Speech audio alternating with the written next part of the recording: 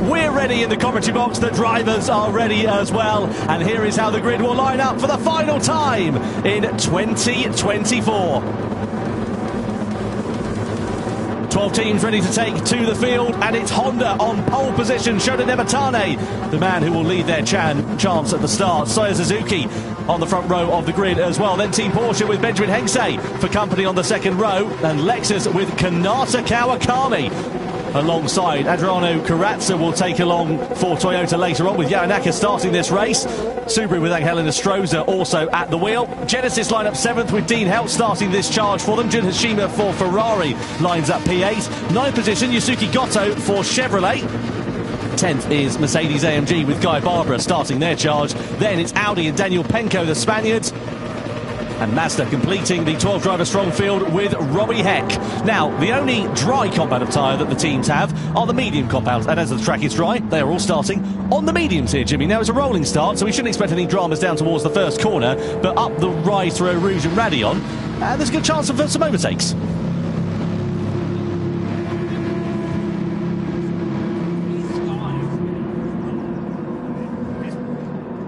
It's dark and foreboding here at Spa at the moment. You can see the grey skies. I mean, I think we know what's coming at some point, but when do our drivers, what do you do with that strategy? All starting on mediums for now. Honda leading the way here at Spa for the grand final. Will they still be there come the end of the race? Well, who is going to be crowned as the Manufacturers' Cup champion of the 2024 season? We're about to find out in 20 laps as the grand final here in Amsterdam gets underway.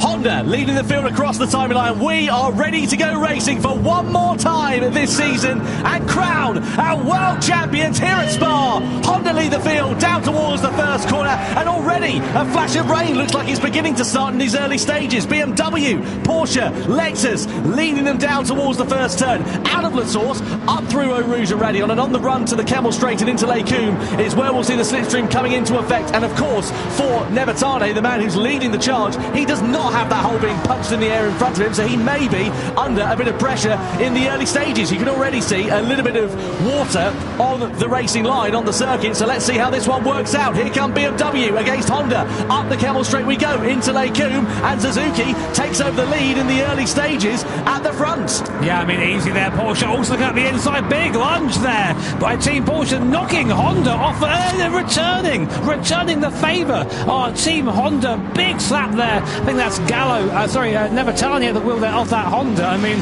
all's fair in love and war, but I'm not sure the stewards will agree with that one. It's a marathon, not a sprint. That's what you've got to remember in this race. You can't win it on the first lap, but you can certainly lose it. Toyota getting into the back of Porsche there, and also in turn pushing Honda a little bit wide. It's aggressive, it's feisty. Honda now side by side with Toyota through X as well. Toyota with no room. Genesis trying to find their way through. They've got momentum. This is scrappy here, lads, in the opening lap of this one. Genesis now side by side with Toyota down through Pouon. 2x2 through there is a little bit brave. Toyota managed to get the better of Genesis, or do they? Because they still run side by high side on the exit. That's going to shuffle them out and allow Subaru to come back through and try and challenge them for position, and do so. So Toyota, the big losers on the opening lap, they've lost 2 places from where they started. Yeah, messy start there, but Dean Hout in the Genesis car really getting his elbows out early doors. I mean, Dean's definitely that sort of driver. He'll make the move even easier, but then understeering through the first step, though, that allows Team Subaru to try and get into Inestrosa in the car for them at the moment. But that's a small gap now opening up between first, second, third and fourth, and that second pack in fifth backwards. But at the front, Team BMW have just bolted away at the moment. Suzuki at the wheel, we know how quick he is in that BMW, just showing it there, taking the place early, and he's just cleared off.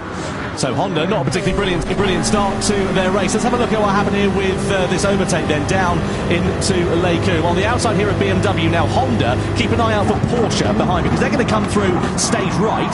Up the inside they go, which is Honda a little bit wide. They go off to the runoff, returning the favour. Porsche get muscled out there as well. And like candy from a baby, Lexus go through and up into second as well. I think the move from Porsche is a little bit optimistic. I mean, you've got to go for it, of course, but then that to rejoin from the Honda, I don't know if it's because they just hit a bit of AstroTurf.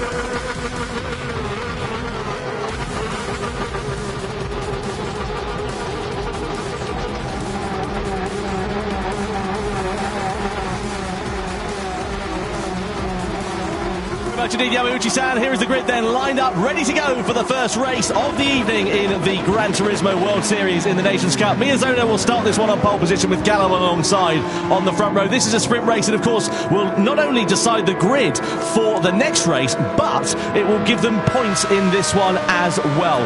12 points to be scored in total in this race, right down to 1 point for 10th position. And you can see there the live points rankings as they sit for now. Kylian Drumont is the points leader, Jose Serrano in second, Takuma Miyazono in third. 3 drivers separated by just 1 point for second as well. Jimmy, looking forward to this. Yeah, Drumont didn't have the best qualifying session earlier on, of course, which is why he's down there in 8th position. But anything can happen. We've got a good few races coming out, and with double points on offer as well. All can change. Certainly can. So Takuma Miyazono will lead the field across the timeline then as we get ready to get this one underway. There are the competitors in the bottom left of your screen. Nations Cup action at the Gran Turismo World Finals for this race is about to begin. What will happen as the 12 drivers come across the line and we get racing here in Amsterdam? Miyazono leads the field down towards the first corner, followed by Gallo, Lopez, Serrano and De Bruyn inside the top 5. Over the crest of the hill we go. A fast and frightening first couple of corners as they're pretty blind. We don't really hit the anchors until a couple of corners later. And given the fact that the field is quite spread out due to the rolling start, don't expect any moves in the first couple of corners, but especially as we get onto that long back straight and head in towards the hairpin at the end of it, that's when I'm sure we'll see the drivers making their first overtakes for position. Ricardo leading NSX, leading F40, Miyazono, Gallo and Lopez breaking away from the front of the pack. Also going with them is Jose Serrano. But we're about to get to our first big straight here and our first big slipstreaming opportunity. Who's got the power? Let's find out. Miyazono leads. We go into the dark, into the tunnel for the first time here. Awesome to see all these cars out on track together. Gallo there, deep in the slipstream, big speed in the background. Will he go for a move though? Down towards the left, and he does. Gallo goes up into the lead. Easy move there for him, using that straight line speed of the NSX, and up into the lead goes Valerio Gallo. Miyazono does try and come back at him, not quite there. Coque Lopez actually getting past Serrano in the background too, but then also having to vie for position with the AMG driver, so this is getting already pretty feisty. Yeah, pretty feisty in the back as well. Stroza and Barbara have come together, and there's an investigation going on for that incident, but it's pretty calm up in front, but for those couple of overtakes. Down through into the final sector we go. You can already see a bit of daylight beginning to build between Gallo and Miyazono. Lopez and Serrano are going to have to be a bit careful if they don't get involved in squabbling for position for third place, because if they do, they will be set to lose a fair bit of time, and it might be difficult for them to make up that deficit as the race progresses on. Meanwhile, the end of the first lap, Gallo, it is at least. Lopez picks up a penalty then for track limits, presumably there. Half a second penalty for him. That will drop him behind Serrano when he serves it. And crucially, will it drop him behind the likes of De Bruyne, maybe into the clutches of Carrazza for 5th or indeed 6th place. Lopez also a little bit wide at that first corner. That leaves him under pressure here from Serrano, and the Spaniard in 4th place rather, can't take this lying down. He's got to make every opportunity count while he can. Up the inside as we go through into the left-hander, into the tunnel. Serrano up and through into 3rd place, runs it a little bit deep, but Lopez won't have any chance of retaliation into the next right-hander. Yeah, you can see these guys squabbling and sort of brought Kai De Bruyne back into the fray. In 5th place currently is the Dutch driver in the R32 GTR. Dumont has made his way up to 6th position there just behind him. So good recovery so far, but what awesome lineup of cars. As I always say this when we use these cars, it's so nice to see all these guys, all these cars on the circuit together. This is what Gran Turismo for me is all about right now. Valerio Gallo leading the way in that NSX down the straights. That looks like a rocket down the straights, Tom. That yeah, it's pretty handy in a straight line, isn't it, that Honda NSX? So that's good news for him. Meanwhile, behind you see Serrano and Lopez. Oh, Serrano very sideways. There must have been contact going into that left-hander, because Serrano was fishtailing all over the shop going through there. Lopez still sitting in 4th place, and he's got that half-second penalty to serve, as we know, this time around. Dumont, meanwhile, has managed to escalate himself up a few places into 5th from 8th on the grid, and Sasaki likewise up from 10th into 7th position as well. There's a right gaggle of cars here. Oh, Jimmy, there's an R32 Nissan GTR. You might recognise that. The best car in the field, I think, mate, honestly. So Kai De Bruyne, of course, a man with taste, as he chases Kylian Dumont, and also another very cool car, the Mark IV Supra. So Supra versus Skyline. We're on board now with the Frenchman, Kylian Dumont, and there now is Kai De Bruyne sitting just behind him. You can see the power of this thing down the straight there. 252, 62, 70 like it's nothing. 300 kph plus 200 mile an hour as we go into T1 there. Hard on the brakes, and these cars, they are equipped with the racing hard compounded tyres, but they're definitely not racing cars. They don't have the same sort of agility as our Group 3 or Group 4 machines, so it's all power, and really just try and figure it out when you get to the corner. Yeah, you can see Dumont there having a good run here on Coque Lopez coming through this first sector. I thought he might have a dive to the inside there, but Lopez defending that line quite nicely. Dumont tried to switch back and go for the sweeping line to gather more momentum as he came through the next series of corners. We'll find out if he's able to do so when we come through into this next left-hander and onto the straight. The exit through here is going to be absolutely critical. Slightly tighter line and a later apex there for Dumont as he tries to carry the speed through that corner, but the legs on that Ferrari looking pretty handy in a straight line as we go through the tunnel, burst briefly into the daylight, then into the darkness. Your eyes playing havoc with you as you adjust and you come back into the daylight, and we head into the braking zone of the next corner. Meanwhile, up in front, Serrano and Lopez are pretty close for company there as well. Sorry, Miyazono, I should say, and Serrano for 2nd place. Serrano's managed to drop Lopez courtesy of the penalty for the Spaniard, and now Jose Serrano, 1/3 of the Nations Cup winners last year, right on the back of the 2020 champion. Valerio Gallo sort of bolting away though, nearly a second between him and this man, Takuma Miyazono, and Jose Serrano just behind. I mean, these 3 drivers, the talent they share between them is insane. So fast in Gran Turismo 7 as we go on board with Jose Serrano, just trying to navigate his way through this tight and twisty part of the circuit, the last chicane. This is where these cars struggle the most, and then here's a bit like the best. The big straight here, again in the toe. So great to see Honda versus Lamborghini versus AMG all on circuit at once. Cool, huh? Oh, it's mega, isn't it? And also, you know, different drivetrains as well. You've got front engine, rear wheel drive, mid engine, rear wheel drive as well. So the different characteristics of that car will come into play at different points over the course of the lap. Meanwhile, Miyazono has got Serrano all over him like a bad rash. He's now got him underneath him as he goes through into the tunnel and into the left-hander. Serrano into 2nd place, and now his next target will be race leader Valerio Gallo, who's some 1.5 seconds up the road. He didn't put up too much of a fight there, did Miyazono. I think he just understood that, yeah, maybe fluffed this corner a bit. I'm just going to open the steering, let Serrano through and chase for now. Let's see if we can catch Valerio Gallo. Behind these guys, by the way, is that man, Coque Lopez. He's just about fending off Kylian Drummond and Kai de Bruin in the Supra and Skyline combination. As we go into the tunnel once more, there is Coque Lopez in the Ferrari F40. Of course, all these cars you've just joined us tuned to over 1,000 horsepower, which means speeds of 350 k's plus before this big braking zone. Down at the bottom, use the camber on the inside to get the car around. Here's a replay. We're on board with Sasaki lower down the field. We go into the chicane. There's Coque Lopez going wide. There's a car on our inside as well. I think that was Kai de Bruin. As we come back across, is there contact? No, they're just about all avoided, but Sasaki loses the place. There goes Kai de Bruin. Does he get past Kylian Drummond? He does. Up in fifth goes Kai de Bruin. Yeah, lovely bit of driving there for the Dutchman then. Just lost out to De Bruin on that last lap. They must have made another mistake, unfortunately, there for the Dutchman, but good overtaking nonetheless. And that just goes to show how the seas can part when you're racing in such close quarters. So, would inherit all over the back of Kai de Bruin this before, but you see, full position here in this race, down through into the left-hander, and surely it's only a matter of time before Drummond starts to attack here. Yeah, this suit Kylian Drummond, I think he just sort of let off in the half a gap appearing here. Will be a brave man if he can stick it through, and he does. Kylian Drummond makes a late lunge there on Coque. Supra is Valerio Gallo for the race lead. Looks to the outside around this left hand. It's going to be a long way around for Jose Serrano. Does he make it work or not? No, he's on the high side.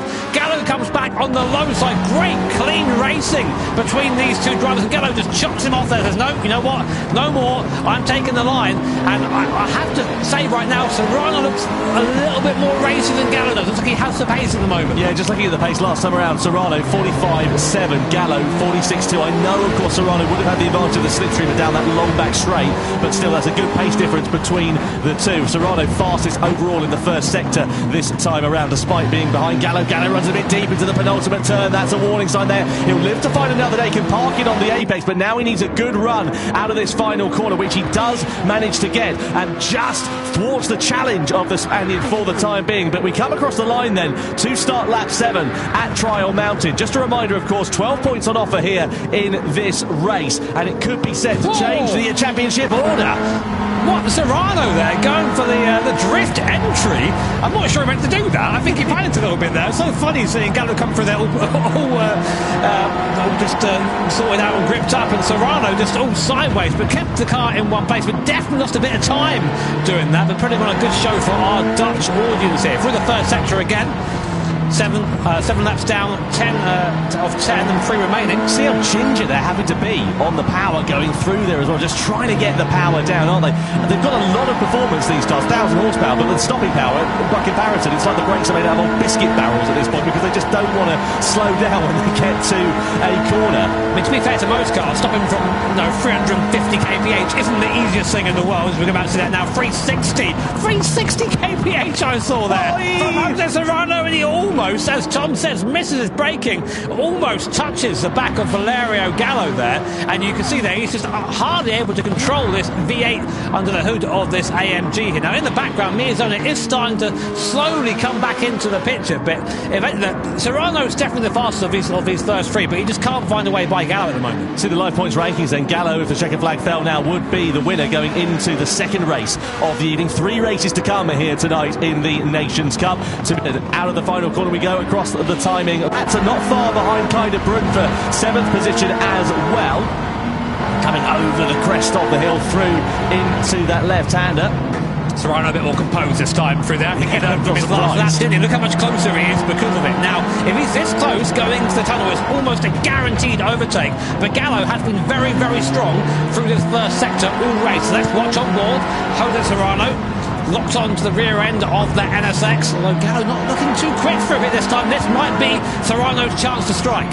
You can see some drivers, when we're in different cars, being quite aggressive and soaring their way at the wheel. You can't afford to do that in these production powered machines. It's like driving a spoon through treacle, isn't it? They're just so smooth through those corners, so ginger on the power, so careful on the brakes and on the steering as well. They're just going to try to not upset the balance of the car and keep it as neutral as possible. Here's the slipstream though for Jose Serrano. Bit of a warning shot there for Gallo, but Serrano wasn't close enough on this occasion, so he's going to need to be a bit closer next time around to try and pounce and challenge for position. I really thought he was close close enough that time to have a go, but apparently not. Maybe a bad exit or just thinking better of it.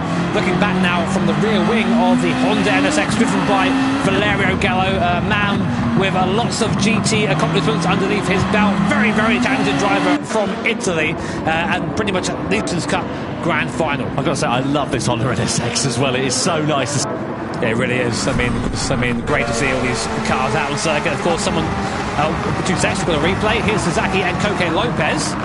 So Lopez in the Ferrari F4 in front. What's happening here? Goes a little bit wide. Sasaki just manages to sneak underneath there in that G3 RS. Off he goes up into 5th place, and Koke Lopez will be frustrated with that one. Yeah, not brilliant for Lopez, dropping down 3 places from where he started. Not ideal at all. It all sort of began really with the penalty that he picked up in the opening stages, and ever since then it's just gone from bad to worse for him really. The upshot is he'll be scoring fewer points in this race. If he finishes 6th, he'll get 5 on the board, but also as well it will mean it will compromise his starting position for the second race, because of course that reflects the order of race 1 here. Much better exit this time from Jose Serrano.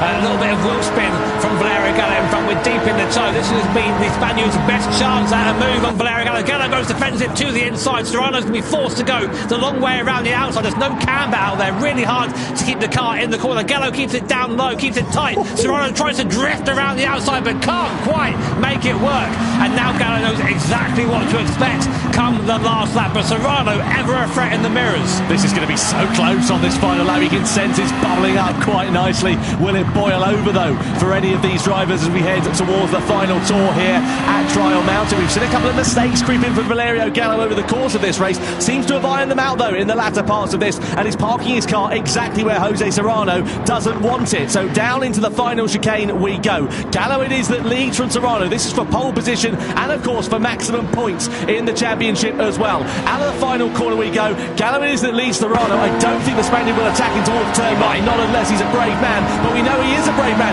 Surely he's not going to think about it making it stick. No, he lifts off, decides to wait for the right opportunity as this lap unfolds. Yeah, I mean, he knows that he can get close enough there, but I mean, I would have been tempted if I was Serrano just to put a nose in, just to see if I could distract. Valerio Gallo goes for a dive into the tunnel. Gallo sees it late, just about runs the speed around the outside there, still holds the inside line. Serrano still second for now, but Gallo he's fully aware of the Spaniard just buzzing around in his mirrors. One small mistake and Serrano's going to be there. Serrano needs the run of his life through these next couple of corners as Robbie Heck picks up a warning for colliding with another car through this left-hander. It is all about the exit. Serrano's pretty close to Valerio Gallo. He'll have the advantage of the slipstream, and he is closer than he was before. This is going to be the opportunity that Serrano's been looking for to go for the race lead. Gallo knows that, goes defensive, but I'm sure it's all going to be in vain as Serrano pulls alongside the Italian. Side by side we go as we burst into the daylight, into the braking zone. Gallo's got the inside line and the camber on the corner though. Can Serrano firm it around the outside? Gallo manages to hold on to the lead as we come through. Serrano still there on the outside, but has to settle for second best as we come now down into the final couple of corners. This is absolutely spectacular here at Trial Mountain, and Gallo, all he has to do is park his car in the right place to not allow an opportunity for the Spaniard to find his way through the left-hander we go on this short run down into the final chicane, and unless it's a lunge from Serrano, it won't be, because Gallo parks his car on the inside. Serrano will try and get the switch back through into the next right-hander, but he's not going to be close enough. Out of the final corner we go. Valerio Gallo wins race 1 here at the Nations Cup for the World Finals in Amsterdam from Jose Serrano in second, and Takuma Miyazono will come home in 3rd place as well. Absolutely fantastic. What a clean...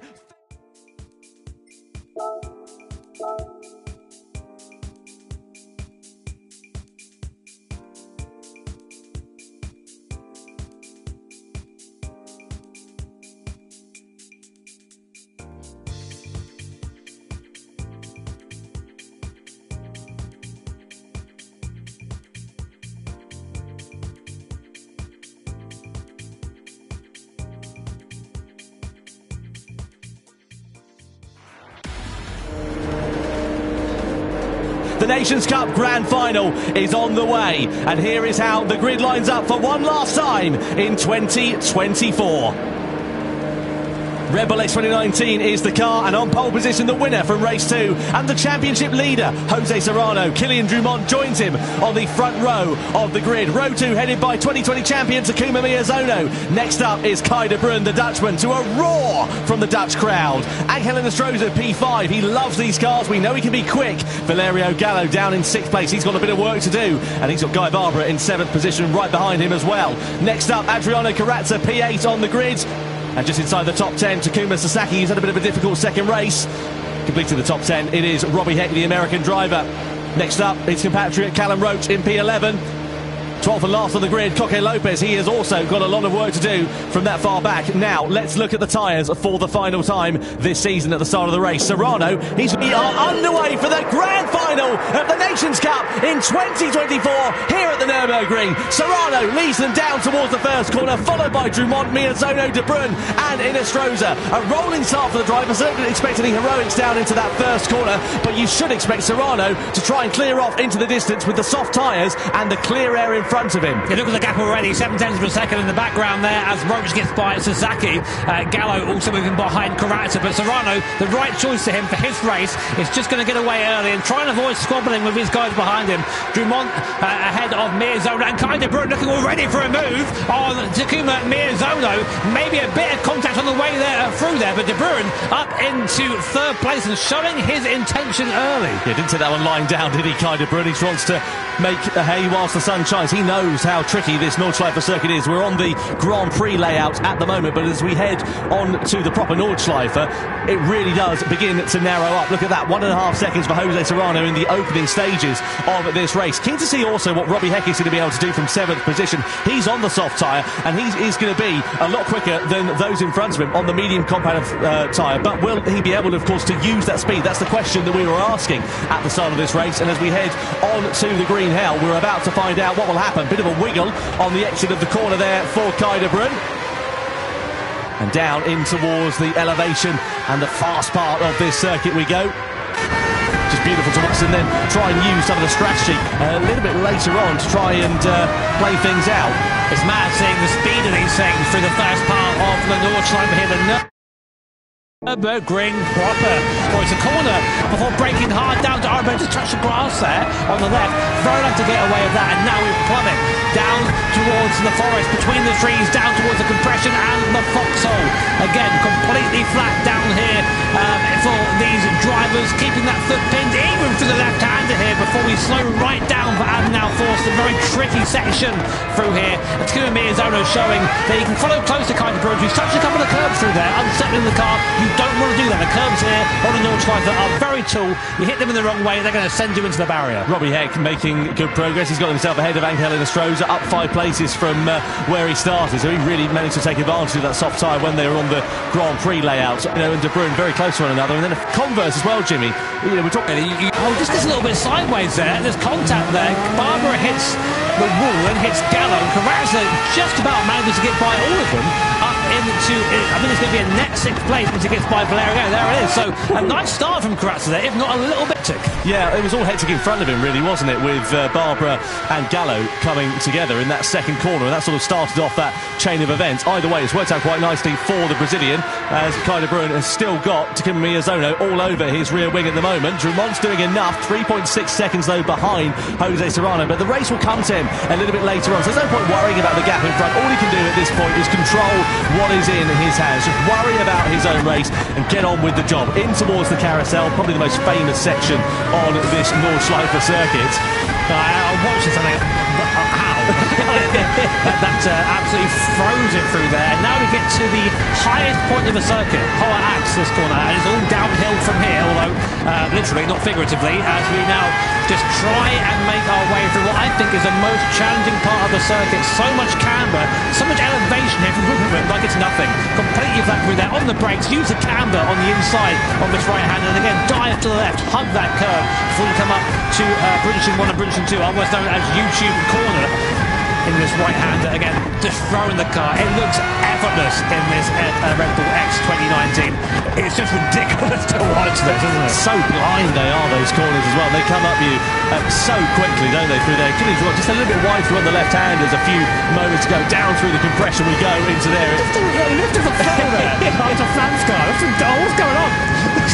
I could not keep up with this. This is too much. I mean, like, this is why these drivers are the best in the world. And it might look easy watching it, but you think how quickly these corners are coming up on you. You have to be precise every corner, otherwise you end up just spearing off this barrier. Climbing the carousel now. See, Kajura not quite. See, this is what I mean. A little bit eager on the throttle there, and then slow on exit. And that means he's going to be under attack from Takuma Miyazono going on to this long back straight. Le Dottinger Her. Yeah, lovely to see the Dottinger Her again. Great chance for some slipstreams as well. De Bruyne is being pulled along somewhat by Kylian Drumont. Miyazono, did he lift off the throttle there coming down that back straight? Just wonder, because he was quite close to Kai De Bruyne and he's not quite able to find his way past. Maybe saving a bit of fuel in the early stages of this race, something to consider as well, because they are pretty thirsty machines, this one. He is now side by side at the end of the Dottinger Her, then through the left-hander we go, and still he is on the outside here, but you've got to be careful because it's a bit sketchy going through there as it's so close to the grass into the braking zone. We've seen a few instances there in the Gran Turismo World Series over the last 6 years or so. Thankfully, not this time. Yeah, to give you an idea of the pace advantage, it's a 6.24 from Stroll from a standing start for a rolling start, and a 6.30 from Kylian Drumont. So that's a 5-second difference there between the two drivers, and Drumont now doing a good job in second place. And what I can see is opted to stay out another lap. I was just about to say, interestingly, Gats, there's obviously a method in the madness here for Coco Lopez. He thinks he can either eke out either the soft or the medium tyre an extra lap. Again, it doesn't sound like a particularly long amount of time, but when you consider, well, you're going to pay for it for the next 6 minutes. I mean, I did watch some practice earlier on at 4. Really awesome to see these cars make their way around this 6 or 7 litres more fuel. Jose Serrano doesn't have the advantage of the slipstream. He's coasting, as it were. Car. We calculated around 96 litres for the entire race, give or take. And these guys are burning through their fuel quickly. The best on two so far actually is this man, Takuma Miyazono. He was doing what you said he was doing earlier on, just sort of hanging behind Kai De Bruyne, being pulled along by this train in front of him, but also saving that time in the pit stop. There's so much that goes into these races. It's not just good enough to be fast, you've got to be smart as well. And Miyazono has always been that sort of person that has that running in the back of his head, has that capacity to think about things, and that's super important to be successful here in the GT World Series. The good thing is for Coco Lopez, though he pitted at the end of lap 1, it's a bit of an outlier compared to the rest of the field. He has got, obviously now, a lovely bit of clear track in front of him, 21 seconds to not worry about closing up into the back of any cars. The risk is, of course, if you go for the soft tyres in the middle stint and you end up stuck behind someone who's on a medium or a hard combat tyre and you can't find your way through, well, it's all in vain, isn't it, really? Because you've got that extra pace and no opportunity to be able to use it through these sweeping corners that, again, so blind that you've got to be so precise and lightning on the reactions that this is where the dirty air will really be beginning to kick in. That's the converse, of course, because it will cause you more tyre wear, despite the fact that you can save fuel in a straight line. Yeah, through Adenau here, there's medium speed corners, so if you lose the grip, you really feel it as we go back up the hill once more. Interestingly, we'll keep one eye on Coco Lopez, because he's gone a completely different direction from everyone else. He's pitted super early, got that good position going into his final races, but always finds a way to make the strategy work. If we go back on board with Kai De Bruyne, there is the trophy. These guys are all fighting for the Nations Cup trophy. Which man will have his hands on that when the race checkered flag falls on lap 7 in a few moments' time? Kai De Bruyne still there, still on board, getting a tub there from Kylian Drumont. Fuel-wise, Kai De Bruyne and Miyazono have used about 3 litres less fuel than Drumont in front. So staying where they are now actually might be, I mean, that's worth a second. It's 3 litres per second. That's it, yeah. So they're just playing the smart game at the moment, biding their time. It's a marathon, not a sprint. You've got to be careful. You've got to use your head in these races. Unlike what we saw in the first one, where you can sort of afford to lunge your way through on the inside or send it around the outside and, you know, throw caution to the wind, so to speak. You can't do that here in these longer form races. You've really got to be sensible, figure out your strategy and find something that works for you. And also, crucially, not make too many mistakes, because a second here, a second there, half a second even, can be absolutely critical. Really interested to see what the lap time is going to be for these guys on that medium tyre. 6.24 for this is ridiculous for the full layout. To give you some context, of course, I'm lucky enough to race the equivalent of a Group 4 car in real life, and our best lap time is like an 8.38. That's 2 minutes and 2 minutes faster. That's just ridiculous. ridiculous around here. I'll give it about time, Jimmy. It's probably a matter of time before you end up in some kind of fast prototype, isn't it? Oh, please, not here, please. don't shut your eyes, turn the wheel, and hope for the best, wouldn't it? Don't want to do it. Through the long right-hander we go, then the fast left-hander as they make their way through, and Guy de Bruyne, as we said, just biding his time, keeping it patient. Roach has got a penalty as well down there in a position. Didn't quite see exactly what that was all about. He's made up 3 places though from where he started, but he's got Sasaki not too far adrift down there in 9th position. Gallo also, as we know, on the hard tyre as it stands for now. We should see a flurry of activity in the pit lane at the end of lap 2. For my money, you're going to see extends it in the starting. You can see there the rear tyres are starting to hit and just lifting that throttle, just letting himself stay out on that medium compound tyre. But our leader, Jose Serrano, is into the pit lane, as is Robbie Heck behind on the soft tyres. So medium shot runners again trying to go as long as possible, trying to do 4 laps on those medium tyres, quite possibly. We're on lap 3 now, so Serrano comes into the box. He of course has used more fuel because he's been punching the air in front of him, and that is the difficult thing about leading the race in circumstances such as this. Though you of course you can get clear air and run your own time, you are going to be expending a bit more fuel, and it's a lot easier to gain time on track than it is to lose time in the pit lane. A second here, a second there doesn't sound like a lot, but in the pit lane it takes you ages to get that back on track, doesn't it? Yeah, it really does. I mean, as you say, a second in the pit lane is much easier to lose than a second on circuit, or to gain even. So there's Serrano, so he's back now in P10. Lopez, interestingly, ahead of him now on that soft compounder tyre, so it goes to show that Lopez's first stint was actually pretty good. Yeah, really good from Coque Lopez, former Nations Cup champion, of course, won it back in 2022, part of the winning lineup as well as Team Spain when it was a team competition in 23. I'm trying to understand. Lopez must have been a blinder to do that, surely. Well, am I being silly here, Tom? No, he's worked it quite nicely here so far. He's still 17 seconds off the back relative because, of course, he's got Robbie Heck behind. He's slowed their pit stop. There's where he doesn't have the slip from. He can't save. And Miyazono. Now, Kylian Dumont is now leading the World Series. Fastest lap though so far now by exceeded another 4 litres compared to the Dutchman at the moment. So just see how tight those margins are there as well as they make their way through these corners. It almost looks like they're flirting with the grass, the curb, every single opportunity going through those fast corners. What's the magic of the Nordschleife is it isn't as a traditional racetrack. It's a relic from a time that's gone, but still somehow used and raced on today. Where look how close these barriers are. You make a mistake, you're on the grass. When you're in the grass, no grip, you're in that barrier almost straight away. And it really is a track that demands your attention. It demands skill and precision. Compared to a racing car. And then 19, which has got more downforce, and you can check your air there. Coque Lopez to just try and take profit of it. Where's his next gap up the road? 18 seconds, some of them 30. Let's not forget, he is going to have to work. Guy de Bruyne, he did try to, I think, make a thing. The tyres for their middle stint comfortably indeed so far.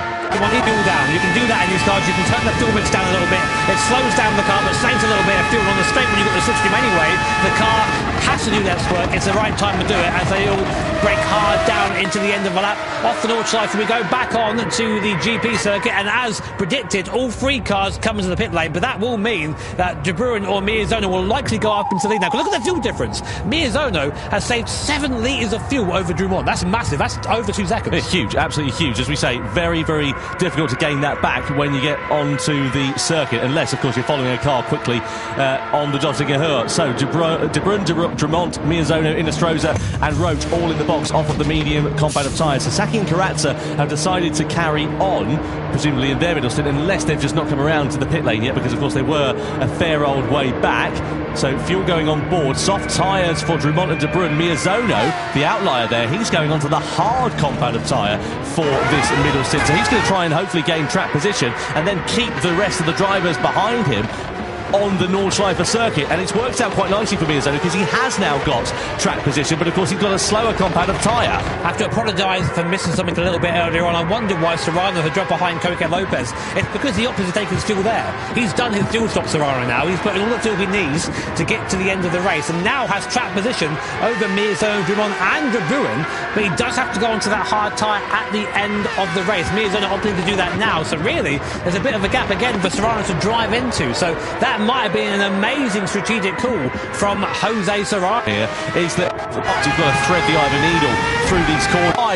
Follows Dumont through. They do not want to lose time, but fall away as they go through the corners. Already one corner, and the gap's up to 5/10 of a second.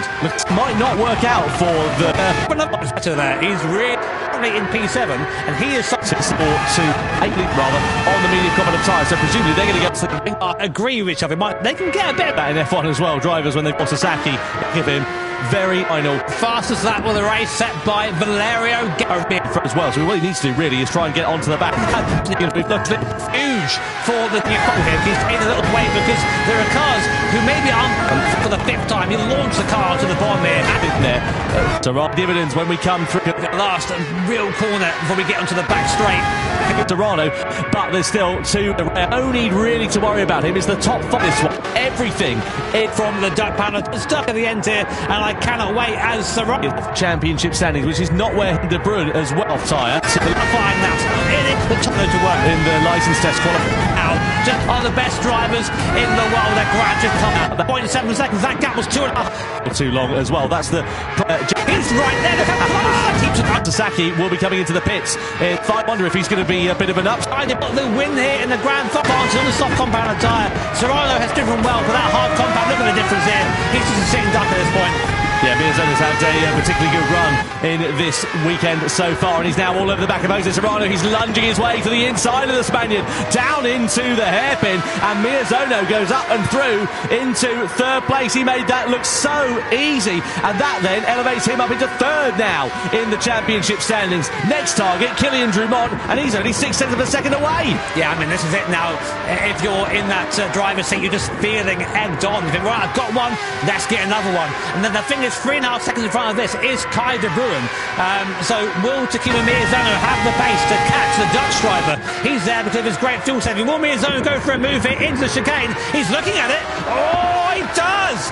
In the chicane, does at the inside, slows them all up though, and Mirzona through, and now it's 4.5 seconds, and there's Gallo. Gallo there in the background too. Now he's got to get by as soon as possible. He cannot waste time with Serrano or Dumont if he wants to challenge this win. But look already, he's stuck there. That could be the deciding move from Takuma Mirzona. Yeah.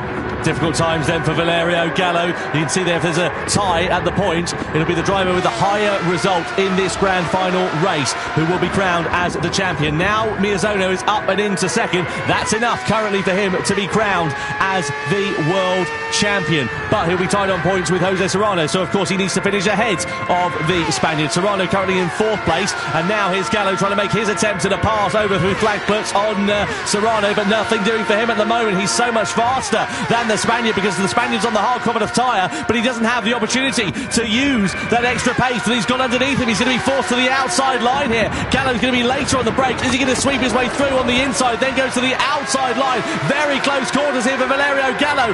Around the outside, and Serrano's not giving this one up easy at all. Side by side, they still continue to run, and eventually he has to settle for 2nd best. It's going to be game over for Gallo at this rate. Serrano fighting for his life right now. It's so hard to keep a guy on the soft tyres behind you, but he's doing it well. And all this while, all the while going on, Mirzona is pulling away. Kai De Bruyne is still 4 seconds to the good of Takuma Mirzona. If he can just keep his pace up, he might be able to beat on a different straight. He goes for the lunge, can't quite make a move. You can feel the impatience from the Italian driver, and I have the feeling this isn't going to end well. Contact there with Serrano as dust begins to settle here at the Nürburgring. Lights on as we now fly through the forest, illuminated by the headlines of his Red Bull X 2019s. Gallo running out of time to make a move. And this is the problem when you start lower back in the pack and give yourself so much more work to do.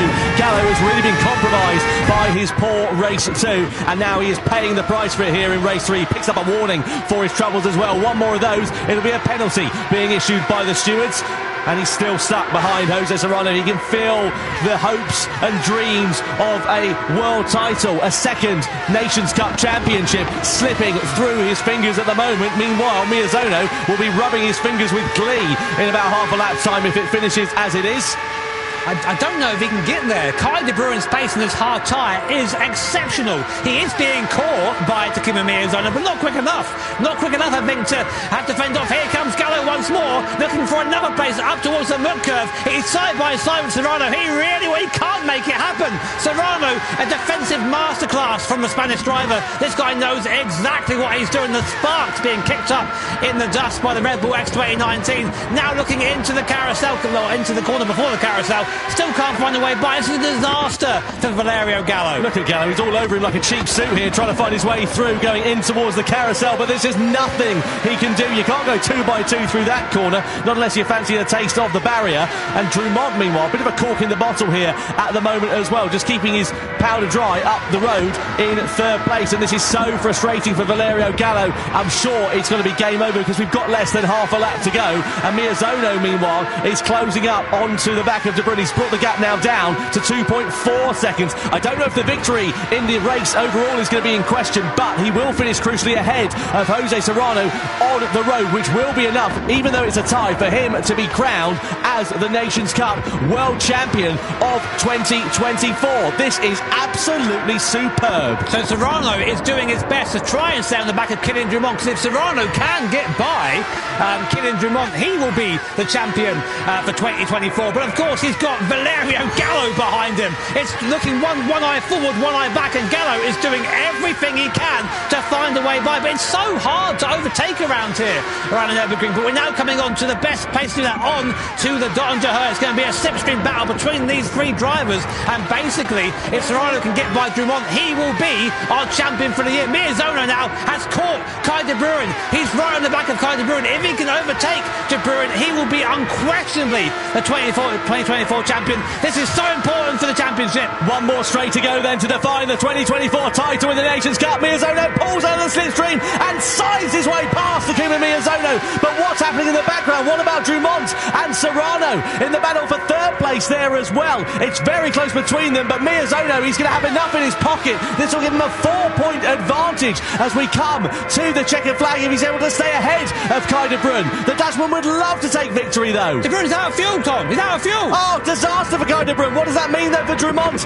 and Serrano close behind? De Bruin so close to taking victory. It's going to be a big upset here indeed. He's parking his car. Serrano involved in strife. Drumont as well. Takuma Miyazono is the 2024 Nations Cup Champion of the World here in Amsterdam. Absolutely superb. Drumont in 2nd. Serrano will come over the line in 3rd. The problems there for De Bruin cost Serrano really dear in those final couple of corners. It means that Drumont will take 2nd in the standings, and Serrano will finish down in 3rd overall now as well. Oh my words. Oh my words. Takuma Miyazono, your champion, Nations Cup champion for 2024, with an amazing, and in all that chaos at the end, we're going to have to wait for our final results, I think, just to make sure we've got the points completely correct. But that was insane at the end there. Unbelievable job from this man here, Takuma Miyazono. He got the strategy.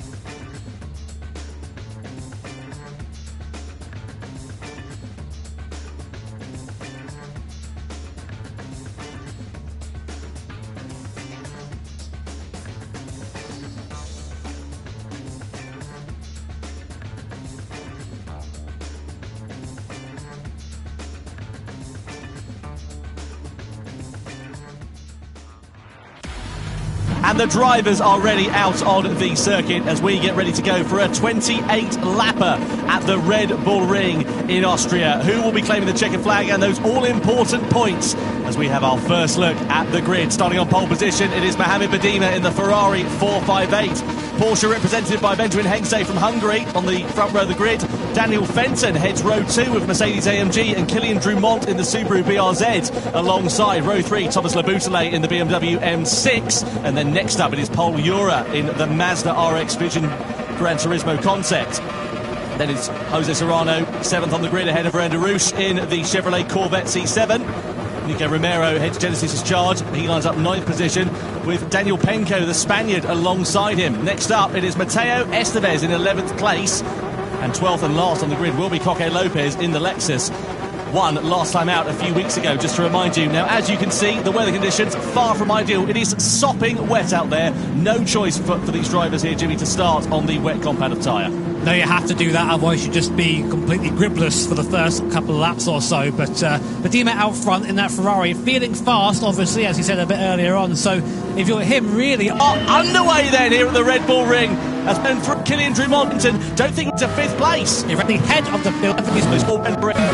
Getting by, slow in a stroke. Got ahead of it. That's left the door open for Drummond to go. It's now putting alongside Will. He has to get by the boot. He's going to push his fellow countryman through there, up into P5 and P6. Go BMW and Subaru. At the inside goes Thomas the Booter. They know he thinks better of it for now. Still holding the place with no pole. Euro hanging on the outside somehow in that Mazda. Has to back out of it finally, but that was great to working together there by the Booter and Drummond. But maybe the stewards will have a look at that. It's allowed Serrano an opportunity to go through up into 7th place there. So Euro has just lost out a little bit whilst they were going side by side into that braking zone at turn 3. I tell you what, I wince every time we go into there because it just takes one locked brake, and these drivers don't run ABS. So one snatch brake and you're going straight off to the scene of the crash. I'm waiting for that one guy to just come flying across the inside of the picture there, out of control, wiping somebody out. Hopefully it won't happen, but of course it can happen. So still here on to lap 3 there. Badima and Hensei there, really not separated by much. Very, very quick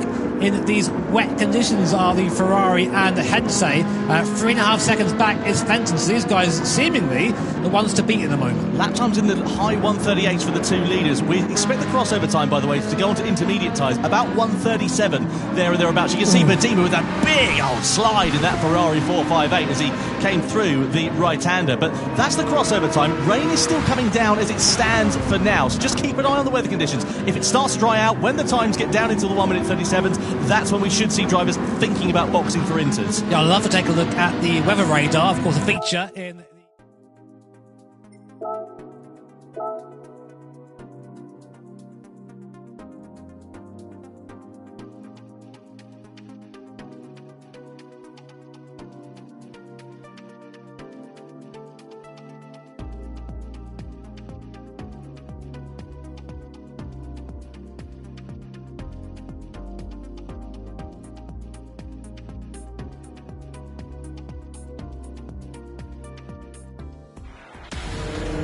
Prague in the Czech Republic. It is time to go racing then.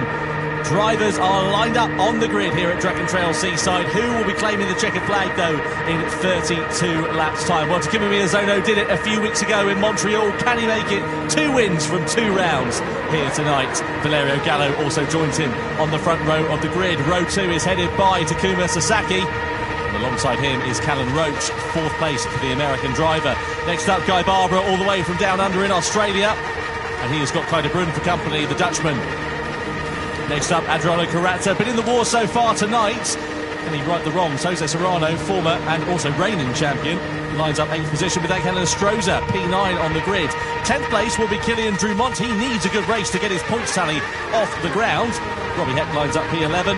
And then completing the grid is another former and also reigning champion, part of the Team Spain outfit that won it last year, Coque Lopez. Now, interestingly here, Jimmy, the drivers going on the medium tyres, all but Coque Lopez down in 12th. Yeah, I mean, I think if you're Coque Lopez, now you've just got to make something happen because you're in P12, you've got 11 of the fastest Gran Turismo drivers in front of you. The only way you're going to pass them easily is with that tyre advantage. But we know the start of his races, being on that soft tyre maybe isn't the best choice. If you have traffic ahead of you, you end up burning up and not getting the best life out of that tyre. But we'll see what happens. A plethora of medium tyres then to start this race. The only out is underway. Takuma Miyazono leads the field across the timeline from Valerio Gallo, from Takuma Sasaki as we come through into turn 1 and then turn 2. This is the real heavy braking zone. Is anybody going to think about a lunge? Gallo has a half look there to the inside. The field relatively spread out, but of course a big braking zone there does present opportunities that it may not at other circuits for some drivers. All pretty clean through the first couple of corners. Miyazono it is that still holds on to the lead. Yeah, nice getaway there from Miyazono. Miyazono exactly what he would have wanted here at the start of the race. Lopez making up a couple of places up to P10 using that soft tyre as we said he would. So Miyazono, Gallo, Sasaki, Roach, Barbara, Kai De Bruyne make your top 6 as we go down to the first big overtaking spot of the lap. Now they're up to speed. The first hairpin. Is anyone close enough for a move? Will anyone chance it on this medium compound tyre? No, Ron Astern so far. As I say that, Guy Barbara has a bit of a half look. Guy Barbara, I've got to say, driving very well recently, putting himself in the top of his order and being in the top 5. But of course, long race to go here, lots of strategy to go as you go through the chicane for the first time. Makes you wince every time going through this. So close to the walls, Guy Barbara moves up into 4th place past Callum Roach. Yeah, I think Roach made a mistake. That's put him under pressure from Kai De Bruyne. Also, De Bruyne moving up a couple of places then. So Serrano and Inestrosa under investigation for a collision on this opening lap. Meanwhile, Coque Lopez going up the field like a rat for a drain pipe as he goes up into 8th position. We ride on board here with Barbara. Slight lift on the throttle there as we head through this fast right-hander. Sasaki trying to challenge Miyazono, looking with the outside line there. The top 2 going defensive. Sasaki, it is. Oh, big wiggle on the wobble as Gallo runs wide. Miyazono goes through, and now Sasaki, it's all kicking off in the mid-pack here. We go through to the right-hander. Miyazono it is that leads. Gallo in 2nd, and now Roach back up into 3rd place with Sasaki, De Bruyne and Karatza all in tow. The thing is, all these guys fighting on that medium compound tyre, this is basically for position. There's no tyre deficit. It's just a straight race at this point. Guy Barbara, as you say, getting shuffled down. Look back from Valerio Garo, now under attack from Sasaki and Callum Roach back in. Kai De Bruyne pushing the American along. Sasaki looking to the inside for a move, maybe defended, maybe a little bit late there. By way the back, who is that? It's Guy Barbara. He's round. Off goes the Serrano as well, off into the barrier there. What happened to Guy Barbara? Oh, dearie me, it was inevitable that something was going to kick off. Look at this, you can't go 2 by 2 through that chicane either. Oh, I thought Gallo was going to end up in the wall at one point there, but somehow he managed to avoid it. Look at this, De Bruyne versus Karatza. They go side by side through into the final corner. Heck versus Roach further back there as well. De Bruyne now up into 3rd. Karatza relegated down to 4th. Yeah, I mean, that was just chaos through there, wasn't it? Miyazono, through all of that, has gained a little bit of a gap. We'll see, it's Coque Lopez and Guy Barbara involved in that, so we'll see what the stewards make of that. Gallo now, of course, down to 5th place. It always seems to happen to Valerio. Goes for a very strong move there on edge runner Karatza. Karatza lets it happen. Gallo back up to 4th place and just blocking a little bit on extra there. Nice to see that. Bit slow on the throttle. Halt the charge of Karatza behind, looking for the switchback. Heck, though, looking up the inside as well. What a drive from Robbie Heck so far. Up to P5 is the American. Audacious lunge through into the right-hander there. Oh, Heck goes round! Contact there with Adriano Karatza, I think it was. And Heck, well, we were just singing his praises. The commentator's curse, sadly, is alive and well. And Robbie right down to the bottom of the pile there and thereabouts into 10th position. Now here's Kai De Bruyne on the back of Takuma Sasaki. So it's a Japanese 1-2 with Miyazono heading his compatriot. Through that right-handed hairpin we go into the chicane. It's all kicking off further behind. This will be music to the ears of Coque Lopez. Now what happened here with Guy Barbara and Lopez? Into the braking zone we go. Barbara there on the left-hand side. Oh, he moved over. And Lopez nowhere to go. Not Lopez's fault at all. He looked in his mirrors, was he was going for the move in the car in front, and there you go. Yeah, I mean, that's an easy slam-dunk penalty there. But meanwhile, Kai De Bruyne up to 2nd place. Now, I spoke to the Dutchman before we started this show tonight, and he was saying that I love this car. This is my car, this is my track, and he's up 4 positions from his qualifying slot, and now looking to chase down Takuma Miyazono. Is someone looking to challenge Takuma Miyazono? Kai De Bruyne, relative newcomer to the Gran Turismo World Series. Still had a few events, that's what he's doing. And Coque Lopez, of course, also worth mentioning, with that soft tyre, has come up from the back of the grid up to P4. But, of course, we'll have to go on to a slower tyre a bit later on. But a good charge so far from the Spaniard. Is this indicative of what's to come? Well, Coque Lopez making hay whilst the sun shines. He needs to do that. He needs to try now build out a gap. He needs to stop fighting with Gallo, Roach, etc. All who are very close behind. You can see Gallo there going for the defensive line with Roach, looking to the outside. That may present an opportunity for him, and also maybe for Inestrosa and Karatza, who are not too far adrift. But now Lopez needs to build out that buffer, close down the deficit to the top 3, and give himself a fighting chance of making the alternate strategy on the softer, faster he's always using it there to make that stress drop. Places from a starting position. Coque for Coque Lopez in. And it makes it out.